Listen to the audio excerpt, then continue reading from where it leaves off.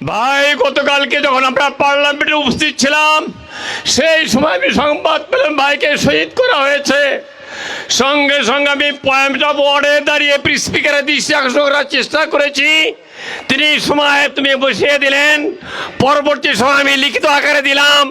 গাইবান্ধা জেলার বোনারপাড়ায় একজন শিবিরের কর্মী ছাত্র দলের যুব দলের ছেলেরা নির্মম হত্যা করেছে। এই লেখা পাওয়ার সঙ্গে সঙ্গে স্পিকার পার্লামেন্ট স্থগিত ঘোষণা করে দিল। আপনি পার্লামেন্টের একমাত্র প্রধান অভিভাবক, আমাদের খুনের বিচার না করে খুনের পক্ষেই আপনি সিদ্ধান্ত নিয়েছেন।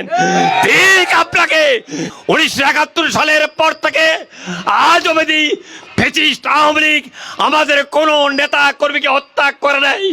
আমাদের পরীক্ষিত বন্ধু বিএনপি, এই খুনি এই বিএনপিরা আমাদের প্রথম ভাইকে আমাদের সাইফুল্লাহকে শহীদ করেছে।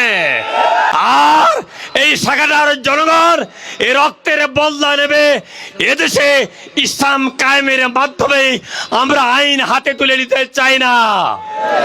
কাজে এসপি ওসিকে বলতে চাই, অবিলম্বে আপনাদের প্রযুক্তির মাধ্যমে কয়েক ঘন্টার মধ্যেই এই খুনিদের গ্রেফতার করুন এবং আইনের আওতায় নিয়ে এসে সর্বোচ্চ শাস্তি আপনারা প্রদান করুন।